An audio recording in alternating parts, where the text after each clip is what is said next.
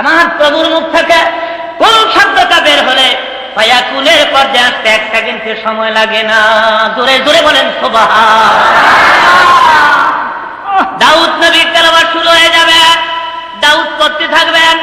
আমার কিছুক্ষণ পরে ডাক দিবে, দাউদ রে তুই আর কোরআন শরীফ পড়িস না। দাউদ স্টপ হয়ে যাবেন, দাউদ নবী বন্ধ হয়ে যাবেন।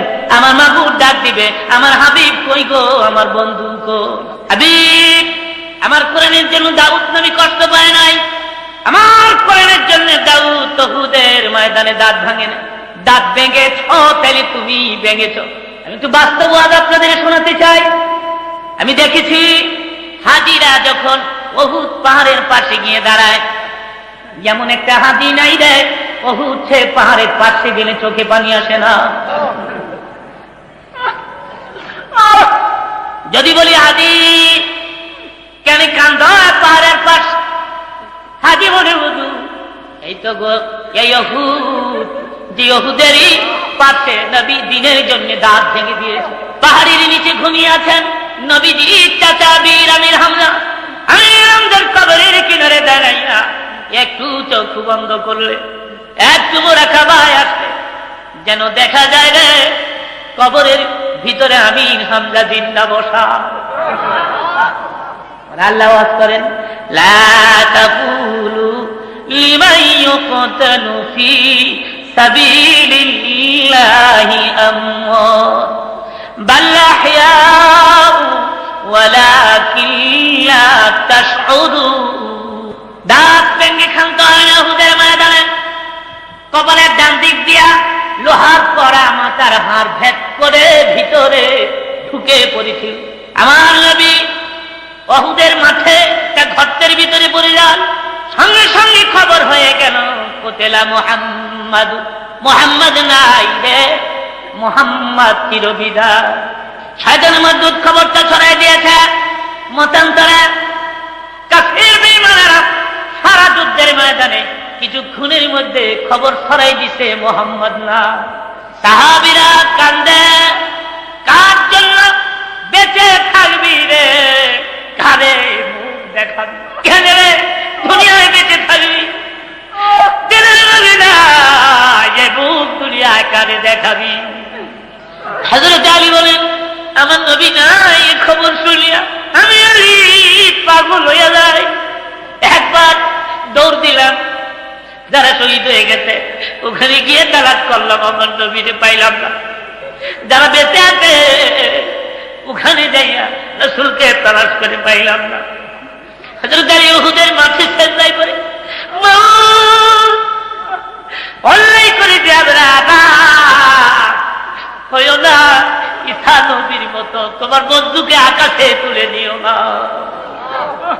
অমনি দেখা যায় নবীর একজন সাহাবী দৌড়ে আসে, আলী কাঁদে, আলীর কানের গোড়ায় মুখ লাগায় কয়, আলী দে রাসূল মরে না।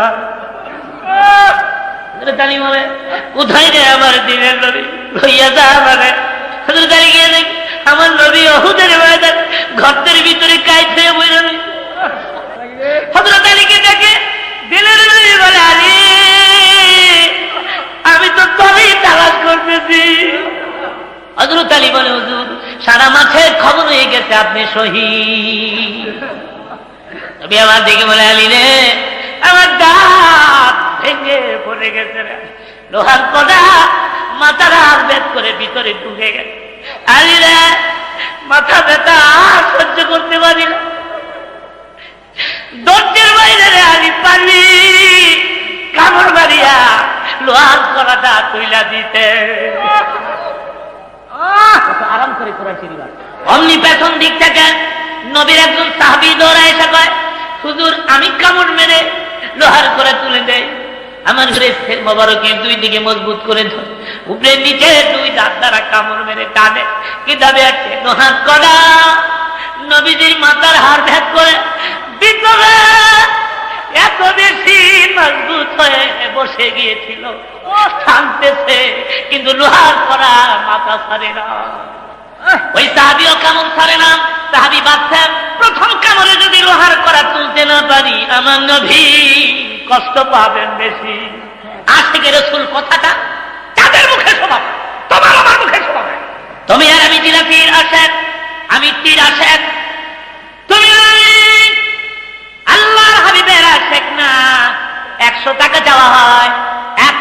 ভেদ বের করে দেই। সাহাবীরা জীবন দেয়, এদের মুখে আসে গেলে শুন বাক্যটা মানা। এবার নবীর সাহাবী হঠাৎ করে কেমন করে কামড় মেরে টান দিচ্ছে, লোহার করাটা ছট করে ছুটে আসছে। ঠিক কিন্তু ওই সাহাবী সাথে সাথে দুটি দাঁত ভেঙে পড়ে যায়। সাহাবী মুখের পরে হাত লাগা পেছনের দিকে সরিয়ে মানে কি হয়েছে রে সাহাবী? কিচ্ছু হয় না।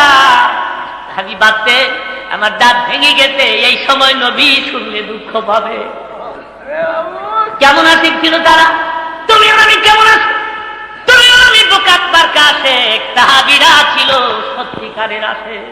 রক্তগুলো মাথার থেকে বের হয়ে সারা দেহ লাল হয়ে যায়, উহুদের ময়দান লাল হয়ে যায়। হঠাৎ করে পেছন দিক থেকে আরেক সাহাবী আইসা কয়, কার রক্ত রে উহুদের ময়দান লাল করে? একজনে ডেকে বলে, নবীর গায়ের পবিত্র রক্ত। সাহাবী চিৎকার মেরে উহুদের মাঠে পড়ে যায়, না, আমি নবীর রক্ত উহুদের মাটির সঙ্গে মিশতে দিব না। জিহ্বা ভেদ করে চেটে চেটে রক্তগুলো পান করে আমার নবী পেছনের দিকে তাকায় কয়, সাহাবী রে, আমার রক্ত পান করলি না দুজক হারাম করলি? মদিনায় খবর হয়ে গেল দিনের নবী উহুদে শহীদ। মদিনার অবস্থাটা কি হয়েছিল শোনেন। চারদিক থেকে মদিনার ছেলেরা বের হয়ে যায়, মদিনার মেয়েরা কান্নার রোল পয়দা হয়ে গেল, রসুল নাই গো, রসুল নাই। শুধু কি তাই, ওদের ময়দানে নবী শহীদ শুনিয়া দুধের বাচ্চা মাছ তনে মুখ লাগায় না। নবীর এক সাহাবীর নাম ছিল হযরত হানজালা রাদিয়াল্লাহু তাআলা। ফরজ গোসল করার জন্য পানির কিনারে গিয়ে দাঁড়ায়। অমনি কে জানো রে, মদিনার পথ দিয়ে বলে যায়, মদিনার ছেলেরা রে, মদিনার মেয়েরা গো, দিনের নবী উহুদে শহীদ। হযরত হানজালা এই কথা কান স্পর্শ হলে সঙ্গে সঙ্গে গোসলের কথা বলে যায়। ডরে গেলে তরবারিটা কই তাড়াতাড়ি ধরে। বিবি বলে, তুমি তো না পাক গোসল করো নাই, তরবারি দিয়ে কি করবে? তরবারি হাতে লইয়া হানজালা বলে, বিবি গো, কার জন্য গোসল করব? কেন গো গোসল করব? আমার দিনের নবী উহুদে না। বিদায় দে, দেখা হবে হাসরের ময়দানে। তবে আসছে নবীর প্রিয় সাহাবী হযরত হানজালা উহুদের ময়দানে শহীদ হয়ে যায়। যুদ্ধ বন্ধ হয়ে গেল। আমার নবী দেখে বলেন, ও সাহাবীরা, যারা শহীদ হয়েছে তাদের বিনা গোসল কবর দিয়ে দে। আসতে পারি হুজুর, শুহাদায়ে কেরামদেরকে বিনা গোসল কেন কবর দেওয়া হয়? জবাব হলো, রক্তমাখা অবস্থা শুহাদায়ে কেরাম কিয়ামতের মাঠে আল্লাহর দুয়ারে উঠে দাঁড়াবে। আমার মাহবুব ডেকে ডেকে বলবেন, কিরে বান্দা আমার, এত রক্ত তোর গায়ে? ডেকে বলবেন, আল্লাহ জানেন তোমার দিন কায়েমের জন্য, ধর্মকে প্রতিষ্ঠা করার জন্য যুদ্ধের ময়দানে শহীদ হয়ে রক্তমাখা অবস্থায় তোমার দরবারে হাজির হয়ে গেছি। যারা শহীদ তাদের বিনা গোসল কবর চলছে। হঠাৎ করে দেখা যায় বহুদূর থেকে আবলাকে সার পাগল ভেস একটি মহিলা আসতেছে। নবীর পাশে দাঁড়া আল্লাহর হাবিবকে সালাম আনতে ডেকে ডেকে বলে, হুজুর সবাইকে গোসল ছাড়া কবর দিবেন, আমার স্বামী গোসল ছাড়া কবর দিবেন না। নবী আমার আশ্চর্য হয়ে বলেন, কি নাম তোমার? কোথায় তোমার ঘর আর কোথায় তোমার বাড়ি? কি পরিচয়? হুজুর আমি আপনার প্রিয় সাহাবী হযরত হানজালার স্ত্রী। হানজালা কোথায় গো? হুজুর ফরজ গোসল করার জন্য পানির কিনারে দাঁড়ায়। কে যেন রে মদিনার পথ দিয়ে বলে যায়, দিনের নবী উহুদে শহীদ। আপনি শহীদ হয়ে গেছেন, আপনি চির বিদায় হয়ে গেছেন। এই খবর শুনিয়া আমার স্বামী গোসলের কথা ভুলিয়া যায়, দৌড়ে আমার কাছে হাজির হয়। দেখে বলে, বিবি গো তরবারিটা দে, আমার দিনের নবী উহুদে নাই গো, কার জন্য গোসল করব? বিদায় দে গো, দেখা হবে আসরের ময়দানে। হুজুর আমার প্রাণের স্বামী না পাক, গোসল ছাড়া কবর দিয়েন না। আবার নবী ডেকে বলেন, সাহাবীরা আমার হানজালার লাশ কোথায় বের কর, গোসল দে। আমার কাছ থেকে আওয়াজ আসে, জিবরাইল রে ওহুদে আমার বন্ধুর কাছে যা, আমার সালাম বলে দে, আর বলে দে যে হামজালা আমার হাবিবের জন্য জীবন দিতে পারলো, আমার হাবিবের প্রেমে পড়ে গোসলের কথা পর্যন্ত ভুলে যেতে পারলো। আমি মাবুদ চাই না রে দুনিয়ার সাধারণ পানির দ্বারা তার গোসল হোক। হাবিব আমার একটু আকাশের দিকে তাকায় দেখে আমার রহমতের ফেরেশতারা জান্নাতের বরকতি পানি দিয়ে হামজালার গোসল দিয়েছে। আমার নবী বলে খবরদার আমার হামজালার কাছে যাস না, তার গোসল হয়ে গেছে রে। নবীর আমি বলে নবীর কথা বাস্তব পরীক্ষা করার জন্য আমি হামজালার লাশের কিনারে গিয়ে দাঁড়ায় দেখি চুলে রাগা বেবে দাড়ি রাগা বেবে পানির ফুটা বহুদের মাটি স্পর্শ করতেছে, যেন সবে মাত্র হামজালাকে গোসল দেওয়া হয়েছে। জোরে জোরে বলেন সুবহানাল্লাহ। এরা ছিল আশিক রাসূল, নবীর জন্য জীবন দেয়। আশিক রাসূল কথাটা তাদের মুখে শোভা পায়, তোমার আমার মুখে কোনোদিন শোভা পায় না। যুদ্ধ বন্ধ হয়ে গেল, আমার নবী মদিনার দিকে রওনা। কিন্তু বলছেন দুইজন সাহাবীর কাঁধে ভর করে আমার নবী যান, পা দুটা জমিনের সঙ্গে লেগে লেগে যাচ্ছে। রক্ত শূন্য অবস্থায় আমার নবী দুর্বল হয়ে গেছে। হুজরার ভিতরে ঢুকার আগে আবু বকর সিদ্দিক ডেকে বলে হুজুর, হুজরার ভিতরে ঢুকার আগে একটু বসেন সিঁড়িতে ট্যাক লাগাইয়া। আমার নবী ডেকে বলে আবু বকর আপনারা দেখেছেন আমার দুটি দাঁত ভেঙে গেছে, কপাল ছিদ্র হয়ে গেছে, আমার শরীর থেকে রক্ত কমে গেছে, হাঁটতে পারি না। আপনারা কি চান না আমি নবী একটু বিশ্রাম নেই? আবু বকর বলুন বেয়াদবি মাফ করবেন, অবশ্যই আপনি আরাম করবেন, আমরা সবাই মিলে আপনার খেদমত করবো। আমি কেন বলছি, কালকে সারা মদিনায় খবর হয়েছে আপনি শহীদ হয়ে গেছে। মদিনার ছেলেরা কাঁদবে, মদিনার ছোট্ট ছোট্ট মেয়েগুলো কাঁদবে, মদিনার মাসুম বাচ্চা দুধের বাচ্চা মাছ তোলে মুখ লাগায় না। ওই ছেলে মেয়েগুলো শুনেছে আপনি শহীদ হল্লাই, আপনি ফিরে আসতেছেন। সমস্ত ছেলে মেয়েগুলো আসতেছে দৌড়াইয়া রাহমাতুল লিল আলামিন এক নজর দেখার জন্য।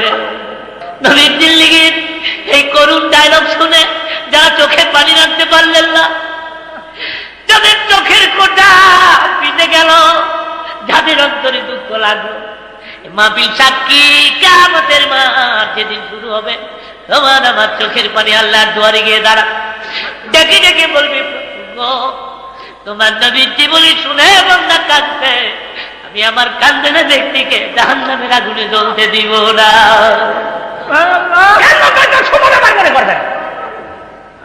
চোখের পানির মূল্য কত জানে? খোদার ভয়ে গুনাহের কথা মনে করিয়া নবীজির আশকি করিয়া 2 ফুটা চোখের পানি ছেড়ে দিয়েছ।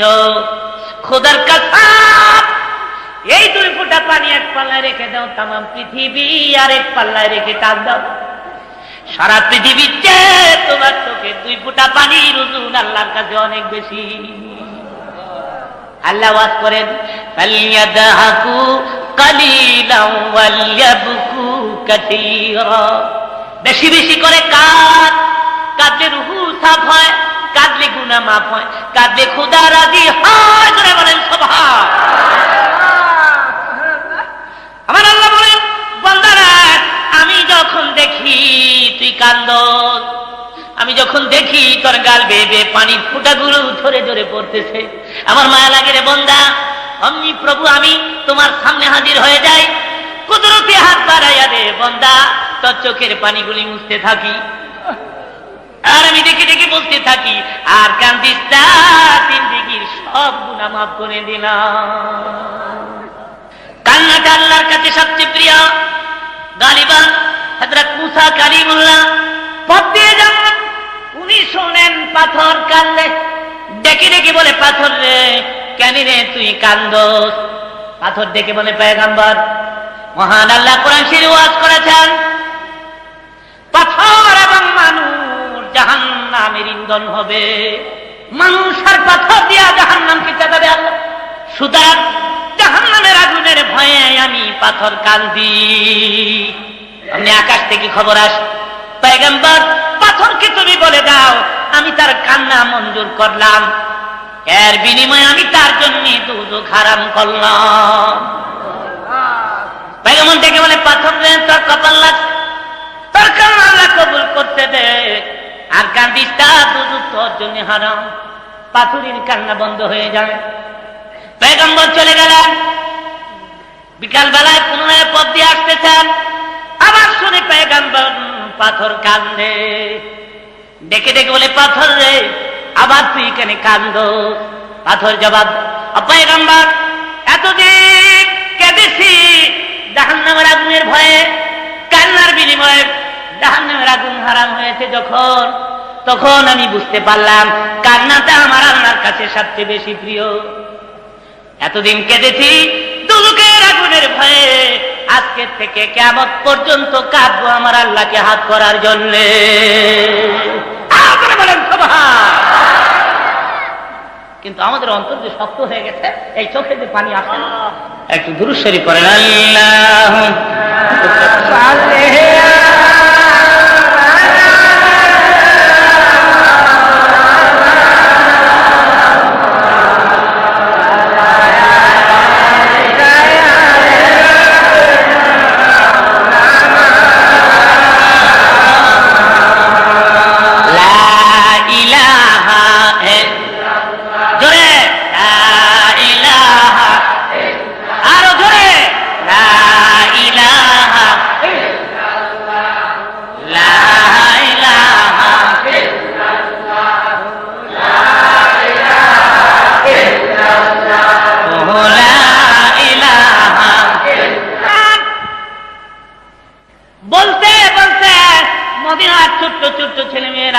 আমার নবীর চারদিক দিয়ে ঘেরাও করে দাঁড়ায়।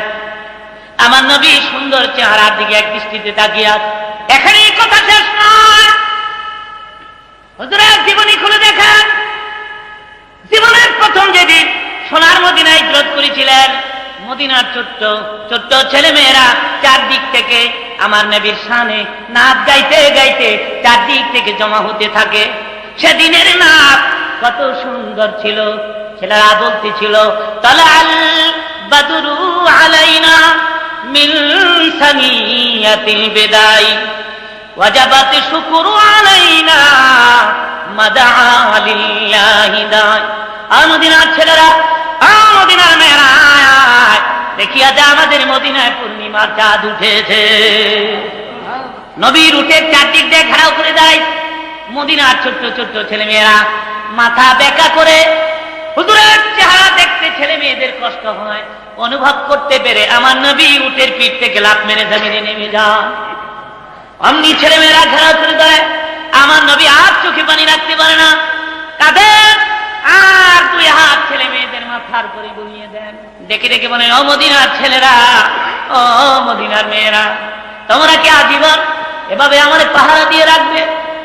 সব সময় আমাকে দেখে রাখবে, আমাকে ভালোবাসবে, আমাকে আদর যত্ন করবে, কোনদিন তোমরা আমাকে ভুলবে না। আমি আমার মায়ের দেশ জন্মভূমি মক্কা নগর থেকে তোমাদের দেশে, মক্কার লোকেরা আমাকে দাঁড়িয়ে দিতে, মক্কার লোকেরা আমার ভালোবাসে না, তোমরা কি আমাকে ভালোবাসবে? নবীর কলিজা ফিরে গিয়েছিল যেদিন নবী মক্কা থেকে মদিনার পথ বাইতুল্লাহ কিনারে দাঁড়াইয়া বাইতুল্লাহর গিলাফ ধরে নবী কাঁদবে, বাইতুল্লাহ রে প্রাণ করে আমি তোর খেদমত করতে পারলাম না, প্রাণ করে তোর সামনে লইয়া প্রভুর পায়ের সামনে চেষ্টা করতে পারলাম। বাইতুল্লাহ রে আমার মন চায় না, তথাপি তোরে তুইয়া আমি মদিনায় যাই। মদিনায় যাওয়ার পরেও তুমি বাইতুল্লাহকে ভুলে গেছিলেন? বারবার অপেক্ষায় থাকতেন কোন দিন আপনাদের হতে কেবলা পরিবর্তনে দেখে মনে আল্লাহ বাইতুল মাকদাসকে কেবলা বানাইয়া কত আমি নামাজ পড়ব, হুকুম দাও গো আমি আমার মুখমণ্ডল কাবার দিকে ফিরাই। বারবার দরখাস্ত করলে দরখাস্ত মঞ্জুর হয়। নামাজের মাঝখানে আল্লাহর রুটি শেষে গেছে। ফাওয়াল্লি ওয়াজহাকা শাতরাল মসজিদিল হারাম, এই মুহূর্তে তুমি তোমার মুখমণ্ডল কাবার দিকে ফিরাও। দুনিয়ার মুহূর্ত দেরি না করে নামাজের মাঝখানেই মুখটাকে কাবার দিকে ফিরাই। যেই মসজিদে দাঁড়িয়ে, সেজন্য মসজিদের নাম রাখা হয়েছে মসজিদে কিবলাতান। দুই কিবলার মসজিদ, জোরে কোন সুবহানাল্লাহ। আজ উনি ডেকে ডেকে বলেন, মদিনার ছেলেরা, মদিনার মেয়েরা রে, তোমরা কি দিব এইভাবে? ভাইয়ের আমার, কালকে সকালে মাদ্রাসায় ভর্তি হয়ে যান, তালিমুল ইলম হন, কোরআন শরীফ শিখান। এই অবস্থায় যদি আপনার মৃত্যুর পরোয়ানা আসে, আপনার জিন্দেগির কবরের আযাব মাফ। আর যদি কোরআন শরীফ হারা হয়ে মরেন, কোরআন শরীফের তেলাওয়াত না শিখিয়া, কোরআন শরীফ পড়া না শিখিয়া যদি মৃত্যুবরণ করেন, আপনারা আফসোস করবেন, দুঃখ করবেন। কোন দিন যাবেন, যেদিন কিয়ামত কায়েম হয়ে যাবে। আরবের বড় বড় কবিরা বলতেছে, লাইসা হাযা কালামুল বাশার, আব্দুল্লাহর পোলা, আমরাও স্বীকার করলাম এটা বশর রচিত আওয়াজ নয়, এটা মানুষের ভাষা নয়, এটা আসমানি আওয়াজ। আবার নবী দেখি বলে, আগেই তো বলছিলাম তোমরা পারবা না। লোকেরা বলে আগে যে বুঝি নাই। আমার নবী বলেন, কি বুঝো নাই? লোকেরা বলে কি যে বুঝি নাই, হিডেই বুঝি নাই। বুঝি না, কি বুঝো না? তো কি যে বুঝি নাই, হিডেই বুঝি। সব মাথা খারাপের দল। এবার আপনারা চিৎকার করে জোরে সরে বলবেন, কোরআন শরীফ এটা কার ভাষা? হয় নাই? আর জোরে বলেন, কার ভাষা কোরআন শরীফ? সেই কোরআন শরীফ আজকে অধপতিত, লাঞ্ছিত, অপমানিত, উপেক্ষিত, পদদলিত। এর বাস্তব প্রমাণ চান? আমি এক এক করে আপনাদের সামনে তুলে ধরছি। শ্বশুর বাড়ির থেকে রেডিও পাইয়া তার গিলাপ লাগায় ট্যাটুন দিয়া, টেলিভিশনের কাভার ফিট করে জাপানি ট্যাটুন দিয়া, কোরআন শরীফের গিলাপ লাগায় বাবার একটা ফোন করা, কিছু কাপড় বেশি হয়েছিল ওটা দিয়া। টেলিভিশনের কাভার ময়লা হয়ে গেল, বারবার স্বামী তার স্ত্রীকে ধমক দেয়, টিভির কাভার ময়লা হয়ে গেছে, সাবান দিলি না। বন্ধু বান্ধব দেখতে কি কইব? টেলিভিশন কাভারটা ময়লা হয়ে দিতে। অবশ্য আমার আল্লাহর কোরআনে আর গিলাপ 6 মাস যাবৎ কেউ ধরে না। ঘরের দুলাবাড়ি উড়িয়া দেয়, আমার আল্লাহর কোরআনের জামা ময়লা হয়ে গেছে। একদিনও স্বামী বিবিকে ডেকে ডেকে বলে, বিবি আমার আল্লাহর কোরআনের জামা একটু সাবান দিলি না। কিতাবে আসছে, বাশার হাফি মদ খুঁড়ছিল, তো প্রস কোয়ার্টার থেকে মদ খাইতে রওনা করেছে। প্রসে যাবে, চারদিক থেকে বাদ্যযন্ত্রের আওয়াজ যাচ্ছে। বাশার হঠাৎ করে দেখে পথের মাঝখানে ছোট্ট একটা টুকরা, এতে লেখা রয়েছে বিসমিল্লাহির রাহমানির রাহিম। বাশার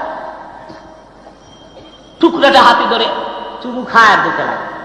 ডেকে ডেকে বলে, আমার সঙ্গের সাথীরা যা, তোরা প্রস্কোটারে যা, মদের আড্ডাখানায় যা, আমি আজকে যাব না। টুকরা হাতে করে বাড়ি থেকে ডেকে বলে, মা পথের মাঝে চলতে গিয়ে ছোট্ট টুকরা পাইছি, মা গো বলো তো এই টুকরার ভিতরে কার নাম লেখা? বাশারের মা টুকরা হাতে লইয়া চোখে আর পানি রাখতে পারে না, পানিগুলি ছেড়ে দিয়ে ডাক দিছে, আল্লাহ তুমি কি আমার বাশারকে মঞ্জুর করেছ? দেখে বলে, বাশার রে কই পাইলি? মা গো পথের মাঝে পড়ে। বাশার রে এই কাগজে তোর ওই প্রভুর নাম, যে প্রভু তোরে তৈরি করেছে, খোদার 3টা নাম। বাশার দেখে বলে, মা আমার প্রভুর নাম কোথায় রাখলে সুবিধা হয়? আতর লাগাইয়া মকবলের কাপড় দিয়ে পেঁচাইয়া মাথার উপরে রেখে রাতভর পাহারা দেয় আল্লাহ 3টি নামকে। বাশার ঘুমিয়ে আছে, বাশার ঘুমের ঘরে শুনে কে যেন চিৎকার করে ডাকতেছি, বাশারা রাফাতা ইসমি ফারাফানাক, আরে বাশার পথ থেকে ঘুরিয়ে এনে আমার নামকে এত উপরে তুই স্থান দিলি রে বাশার, যা আমিও তোর নামটা উপরের আমার দরবারের বিশেষ বিশেষ আমার আদরের বিশেষ বিশেষ বন্দাদের নামের সঙ্গে তোর নামটাকে উপরে আমি লিখে দিলাম।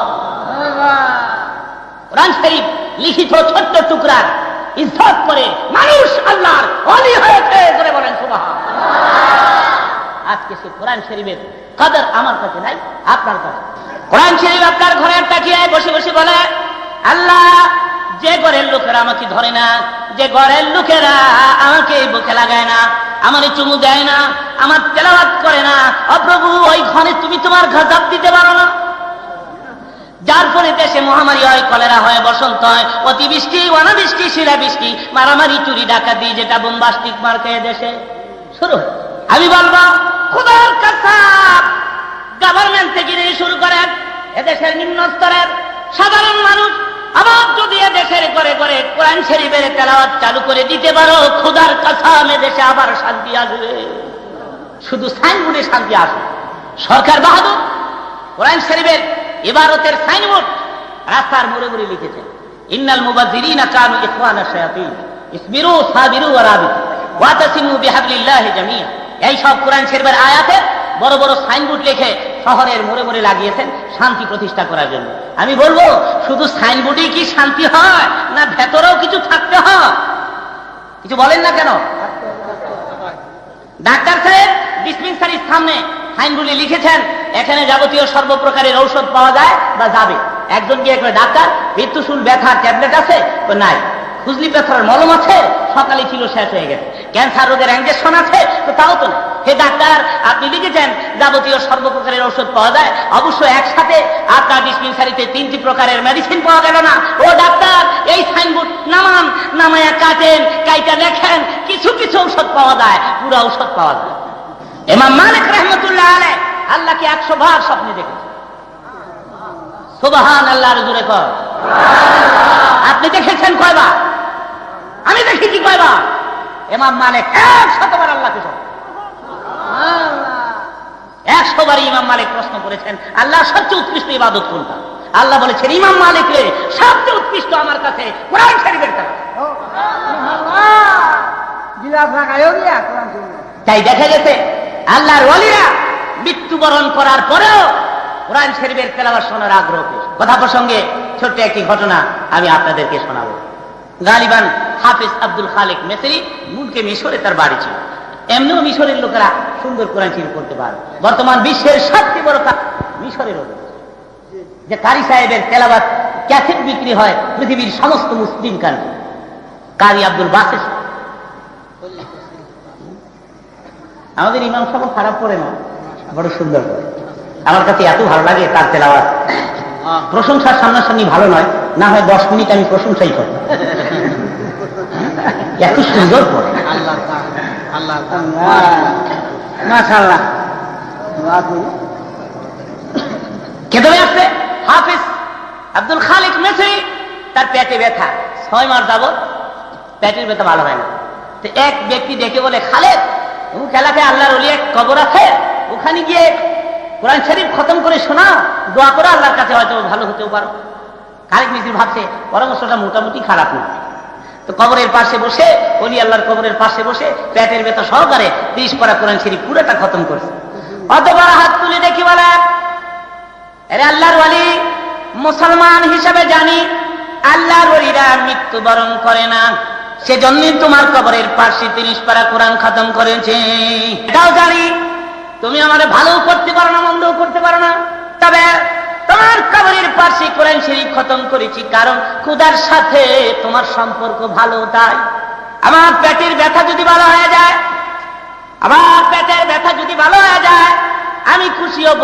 আল্লাহ বলি বেশি বেশি করে প্রাণ ভরে প্রভুর ইবাদত করব। কেতাবে আসছেন মুনাজাত কমপ্লিট করার পরে যেন মনে হয় পেটের ব্যথা আগের চেয়ে একটু বেশি বেশি লাগে। কম্বু দূরের কথা আরবি বাড়ছে লাগে। হাফেজ আব্দুল খালেক আবার কষ্ট করে 30 পারা খতম কমপ্লিট করে আবার মুনাজাতে বলে, মুসলমান হিসেবে জানি আল্লাহর ওলিরা মরে না। আবার কষ্ট করে দ্বিতীয়বার খতম শোনাইলাম, তবে এটাও জানি তুমি আমার ভালো মন্দ কিছু করতে পারো না, আমার প্রভু ছাড়া কোরআন শরীফ পড়েছি, প্রভুর সাথে সম্পর্ক ভালো তোমার, তাই পেটের ব্যথা যদি ভালো হয় খুশি হব, বেশি বেশি করে প্রভুর ইবাদত করব। কেন লাগছে? মনে হয় ব্যথা আরো বেশি বেশি লাগে। মিশরের মানুষ মেজাজ একটু করা কিচিমে পাশের জঙ্গলার থেকে একটা ব্যাগ কেটে এনেছে, আবার সোজা দাঁড়ায় কবরের পরে জোরে জোরে 3টা আঘাত করে, এক একটা আঘাতের চোটে কবর থেকে মাটিগুলো ব্যাটের সাথে চারদিকে সরিয়ে দূরে ব্যাট নিক্ষেপ করে দিয়ে যাচ্ছে। এতদিন জানতাম আল্লাহর ওলিরা মরে না, আজকের থেকে জানলাম আল্লাহর ওলিরা মরে না। কেটে বাড়ছে 6 মাসের মধ্যে যে হাফেজ খালেক মিস্ত্রির চোখে ঘুম নাই কেন জানি রে, হঠাৎ করে তার চোখে ঘুমটারি হয়ে যায়। ঘুমেরই ঘরে স্বপ্নে দেখে পাহাড়ের কেনার ঘষে ঘষে যাচ্ছে খালেক। আমনি পাহাড়ের আড়াল থেকে এক ব্যক্তি বের হয়ে আসে, সামনে দাঁড়ায় বলে, খালেক দাঁড়া, কাদাম বাড়াবার ক্ষমতা তোর নাই, দামাত তুলিয়া পিঠটা বের করে কে, এই দেখ 3টা আঘাত করে আমার পিঠটারে কি করছ। খালেক দৌড়ে গিয়া আল্লাহর ওলির পায়ে পড়ে যায়, আল্লাহর ওলি হাতে ধরে পায়ে পড়ি, মেহেরবানি করে আমাকে মাফ করে দেয়, আমি বুঝি নাই জানি নাই। আল্লাহর ওলি ডেকে বলে, খালেক রে, আমার কবরের পাশে যখন কোরআন শরীফ খতম করতেছিলি, খোদার কসম রে, আমার জীবনে এত মিষ্টি কোরআন তেলাওয়াত কোনোদিন শুনি না।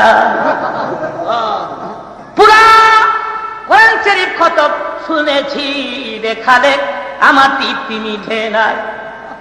ভাবছি তুমি আবার এক খতম আমারে শোনা, আবার খতম শুনাইলি রে খালেক, আমার তৃপ্তি মিঠে নাই। ভাবছিলাম রে আবার নি তুই এক খতম আমারে শোনা, শোনাইলি না। এইভাবে আঘাত করে দিলি পিঠের পরে। খালেকরা আজ আমি তোরে ছাড়ছি না। খালিক মিস্ত্রি পায়ে পড়ে চোখের পানি ছেড়ে দিলেন, যদি ক্ষমা না করেন এই কাদাম আমি ছাড়বো না। এনে আমার পিঠটাকে বেটে দিলাম, আঘাতের বিনিময়ে যতগুলো আঘাত পারেন আমারে দেন, যা শাস্তি মনে চাই তাই দেন, তথাপি আমাকে মাফ করতে হবে। আল্লাহর ওলি ডেকে বলে, খালেক রে, আঘাতের বিনিময়ে আমি তোর আঘাত দিতে চাই না, আমার একটা আবদার পুরা করবি কিনা বল। খালেক বলে, হুকুম দেন, জীবনের বিনিময়ে হলেও আমি আপনার কথা রাখবো। আল্লাহর ওলি ডেকে বলে, খালেক রে, আঘাতের বিনিময়ে আঘাত দিতে চাই না, ওয়াদা দে রে, প্রতি মাসে মাসে আমার কবরের কিনারে এক কোরআন খতম শোনাবি। খালেক মিস্ত্রি ডেকে বলে, পৃথিবীতে যতদিন বেঁচে থাকবো প্রতি মাসে মাসে তোমার কবরের পাশে দাঁড়াবো গো, আল্লাহ বলি এক কোরআন খতম আমি তোমারে শোনাবো। সঙ্গে সঙ্গে ঘুম ভেঙে যায়, কিতাবের সে ঘুম থেকে উঠা দেখে পেটের ব্যথা নাই।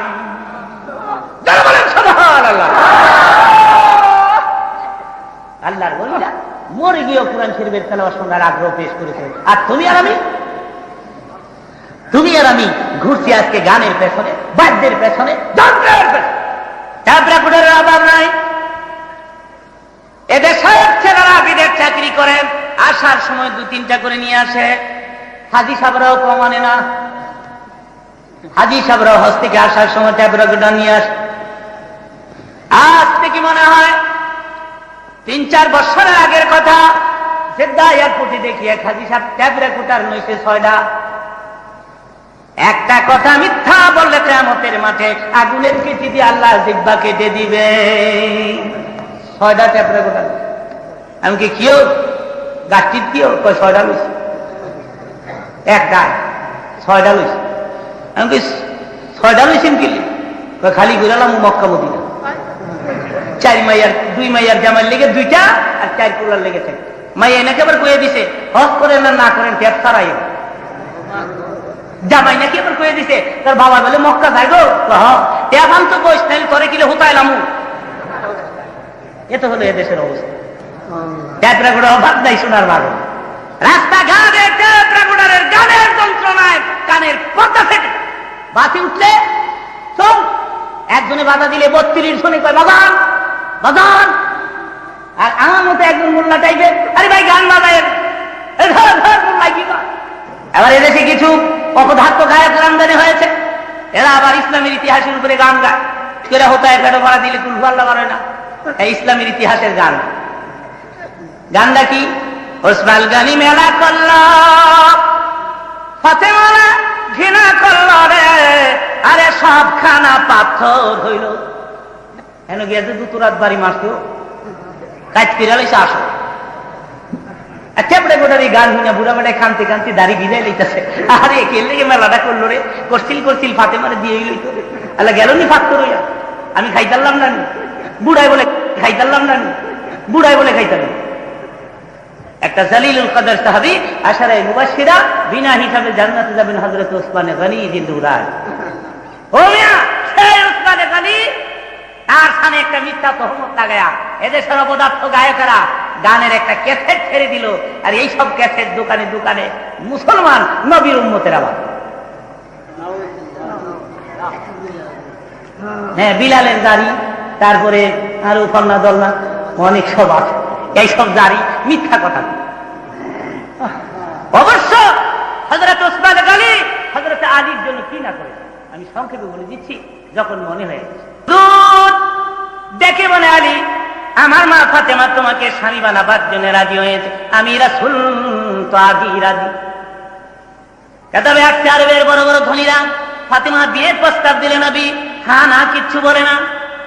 আবু বকর সিদ্দিক দেখে বলে আলী রে আমার মন বলতেছে তুই কোন দিন ফাতেমার বিয়ের প্রস্তাব লইয়া নবীর দরবারে যাবি, সে অপেক্ষায় নবী দিন গুনতেছেন।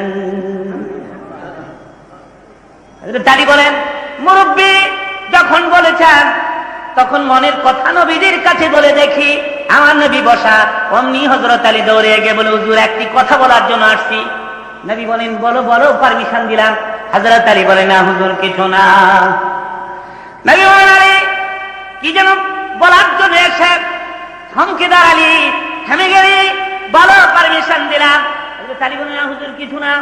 আমার নবী বলে আলী গোপন করো না, আমি বুঝতে পেরেছি তুই বুঝি ফাতেমার বিয়ে করতে চান। শেষ পর্যন্ত কথাটা নবীর পবিত্র জবান থেকে বলে। হযরত আলী ডেকে বলে আমি আলী গরিব মানুষ, টাকা নাই পয়সা নাই, আমি যদি ফাতেমার বিয়ে করতে চাই ফাতেমা রাজি হবেননি, রাহমাতুল লিল আলামিন রাজি হবেননি। নবী ডেকে বলে আলী রে আরবের বড় বড় ধনীরা আমার মায়ের বিয়ের প্রস্তাব নিয়ে আস। হ্যাঁ না কিচ্ছু বলি না রে আলী, আমি অপেক্ষায় ছিলাম তুই কোন দিন ফাতেমার বিয়ের প্রস্তাব নিয়ে আসবি। আমি তো আগেই রাজি, ফাতেমা রাজি হলি হয়। তাহলে বোঝা গেল মেয়ের পারমিশনেরও প্রয়োজন। আপনি শুধু বেগম চয়েস করবেন, বেগম বুঝি আপনার চয়েস করার অধিকার পায় নাই। আপনি শুধু দেখবেন সুন্দর কিনা, লাল সুন্দর কিনা, নাকটা তিরিকা দিল্লাহ চোখা কিনা। আপনার স্ত্রী বুঝি দেখবে না দেখি আমার জামাই নিয়ে আবার কালামালটা নাক নিয়ে আবার বোঝা লাগিয়ে রয়েছে। আল্লাহর হাবিব সবগুলো মেয়েকে মেয়েদের পারমিশন নিয়ে বিয়ে দিয়েছেন। কিতাব পড়ে দেখেন। প্রশ্ন আসতে পারে কেন পারমিশন নিতেন? নবীর সুন্দর একটা কায়দা জানা ছিল। কায়দাটা কি আমি বলছি, মেয়ে ঘরের ভিতরে বসা, বাইরে দাঁড়ায় আল্লাহর হাবিব ছেলের নাম প্রস্তাব করতেন, মা অমুকের ছেলে অমুক তোমাকে বিয়ের প্রস্তাব দিয়েছে। মেয়ে যদি চুপ থাকতো তাহলে রাসূল বুঝতেন মেয়ে রাজি। আর সুকুতুনি সুরে যা বলা হয়, চুপ থাকলে বোঝা গেল রাত। আর যদি চুপ না থাকে আপটা কুদুন্দা উঠে চিল্লাই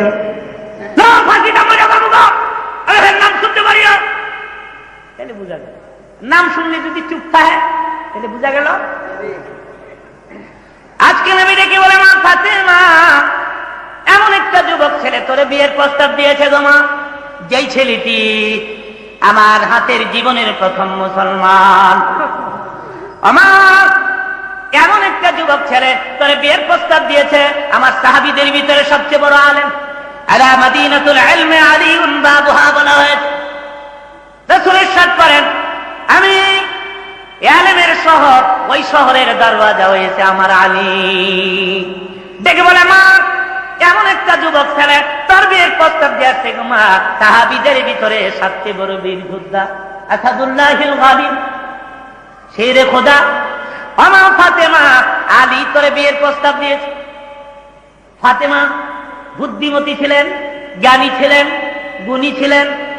মনে মনে ভাবলেন, আমার বাবা ইচ্ছা করলে শুধু আলীর নামটাই আমার কাছে বলতে পারতেন, আলীর নাম বলার আগে এত গুণগান, এত প্রশংসা আলী। তখন ফাতেমার বুঝার আর বাদ রইল না, আমার বাবা আলীকে আমার জন্য চয়েস করেছেন। উনি চুপ রয়ে গেলেন। চুপ রয়ে গেলে আমার নবী কিতাবে আসছে, মুস্কি মুস্কিয়ে হাসতে হাসতে বের হয়ে আসছে। যারা বলেন সুবহানাল্লাহ। দেখে বলে, আলী রে তোর কপাল লাগছে রে আলী। একটু কপালেরই ব্যাপার। ফাতেমার স্বামী হওয়া এ তাকদীর কি মামলা। নামাজি বেগম পাওয়া কপালে থাকতে হয়। পর্দারি কি স্ত্রী পাওয়া কপালে। আলী তার কপাল লাগছে। আমার মা ফাতেমা তোকে স্বামী বানাবার জন্য রাজি হয়েছে। এইবার টাকা করি, পয়সা করি, কত জমাই সৎ হাজির কর। হযরত আলী বলেন, এমটি পকেট, 1 টাকাও নাই, কেমনি বিয়ে করবি? হযরত আলী বলেন, হিজরতের পরে আমি আপনার বাড়িতেই তো থাকি, আপনার সংসারের 51 আমি আলীও তো একজন সদস্য। আমার নবীর ঘরের চুলায় পাক হলে আমি খাই, নবীর ঘরের চুলায় যেদিন পাক হয় না, মদিনার পাথর আমি পেটে লাগাইয়া ঘুমাই। আমি কোথায় পাই টাকা, কোথায় পাই? তো হুকুম যদি দেন, যুদ্ধের ময়দান থেকে মালে গানিমাত হিসাবে 3টা জিনিস পেয়েছি, একটা ঘোড়া, আরেকটা তরবারি, একটা ঢাক। হুকুম দেন 3টা ফাতেমার জন্য বাজারে বিক্রি করি। আমার নবী দেখে বলে, আলী রে তরবারি ঘোড়া বিক্রি করিস না, যুদ্ধ বন্ধ হয় না রে আলী, অহরহ যুদ্ধ লেগে আছে। যা রে আলী, বাজারে ঢাল বিক্রি করতে যা। ঢাল হাতে লইয়া হযরত আলী দৌড়াচ্ছে। অমনি প্রতিমধ্যে ওসমান গনির সঙ্গে সাক্ষাৎ। দেখে বলে, ওসমান গনি, আলী এই ঢাল যদি আমি খরিদ করি আমার কাছে বিক্রি করবে কিনা? হযরত আলী বলেন, কোন আপত্তি নাই, কত টাকা দিতে হবে আলী? হযরত আলী বলেন, একটা দাম ধরিয়া লইয়া যান। আমার কাছে বেশি যদি থাকতো আমি বেশি দিতাম, 480 দিরহাম, মতান্তরে 440 দিরহাম আমার পকেটে আছে রে আলী, দিবি? এই দিরহামগুলির বিনিময়ে ঢাল আমাকে দিবি কিনা?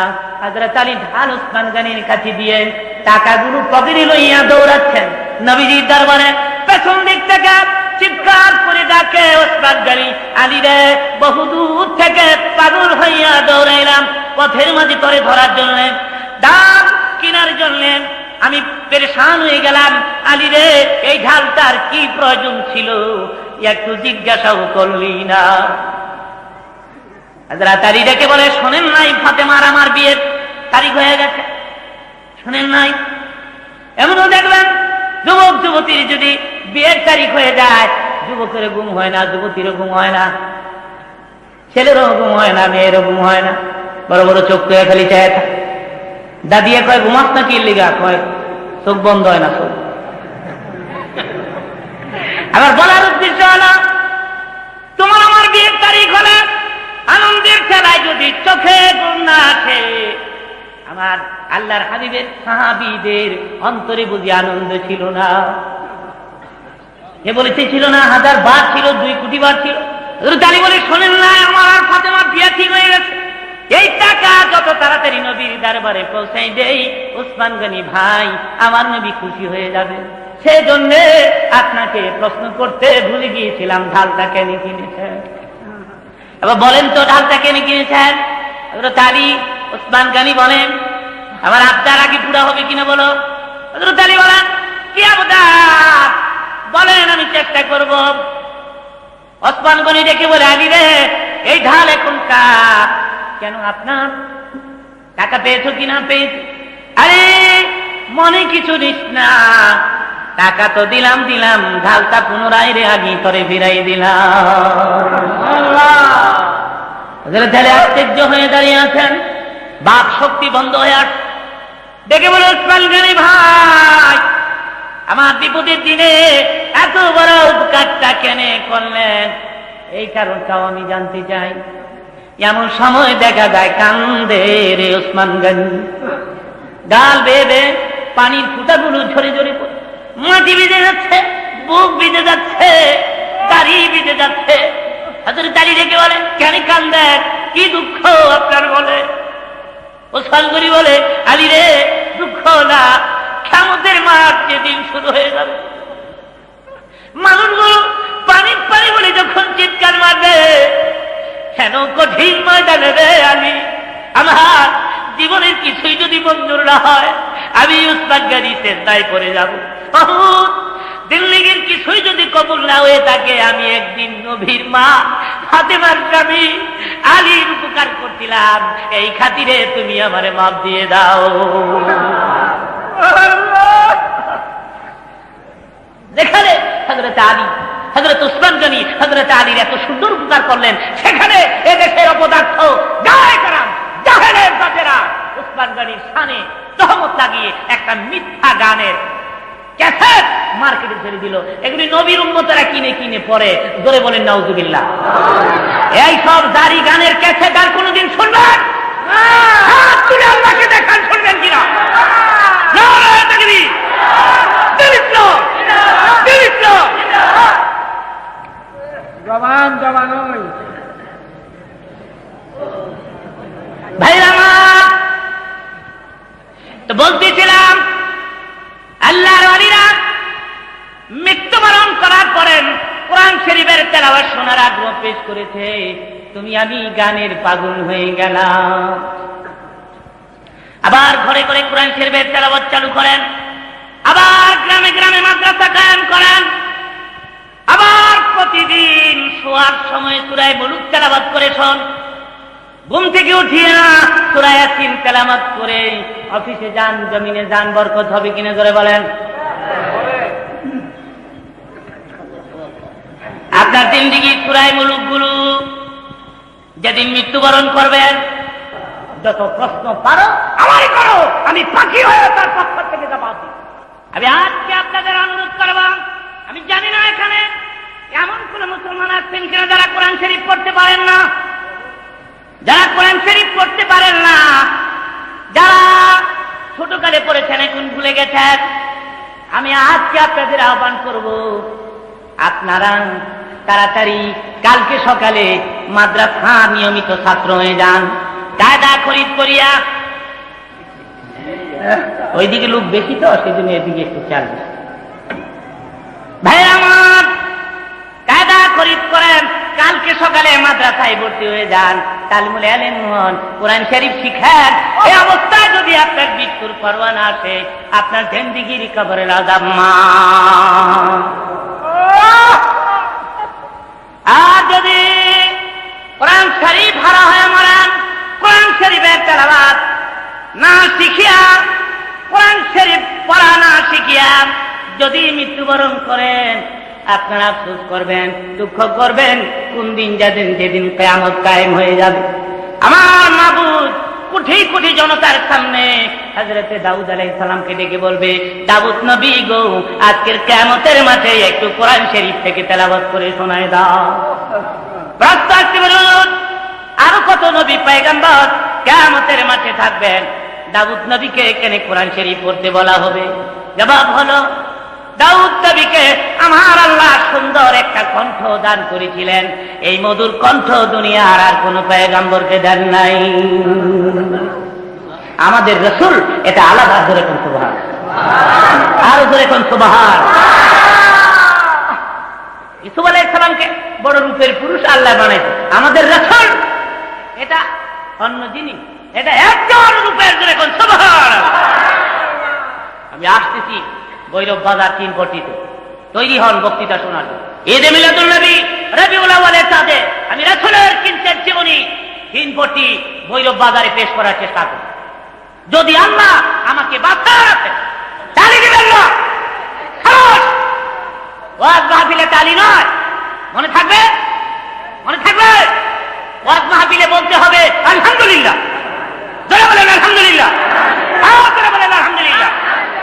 তালি নয়। ও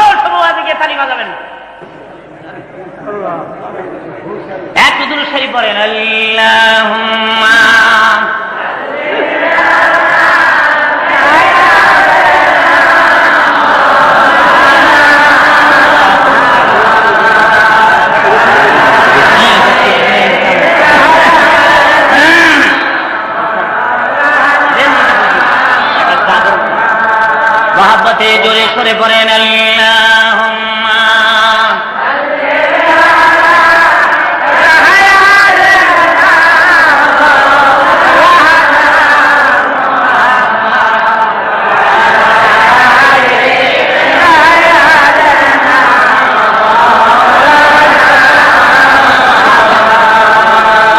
কোথায় গেলেন প্রাণের রাসূল আমাদের ছাড়িয়া? আপনি ছাড়া কি লাভ হবে আমারা ধরাই বাঁচিয়া? আল্লাহ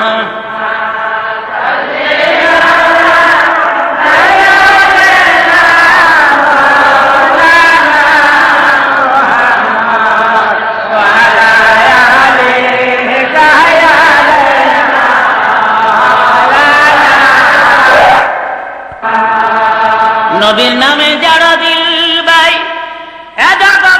কান্দে না, রোজ হাসরে বাইজান তারা নবীরই দেখা পাবে না। বালাগাল উলা বিকামালিহি কাশাফাত দুজা বিজামালিহি হাসানাত জামিউ খিসালিহি সাল্লু আলাইহি লা ইলাহা, সবাই করুন লা ইলাহা ইল্লাল্লাহ মুহাম্মাদুর রাসূলুল্লাহ। বলেন সাল্লাল্লাহু। দাউদ আলাইহিস সালামকে কোরআন শরীফ পড়তে বলবে, উনি তো আমাদের যুগে ছিলেন না, উনি কেমনি কোরআন শরীফ পড়তে পারবেন? জবাব হলো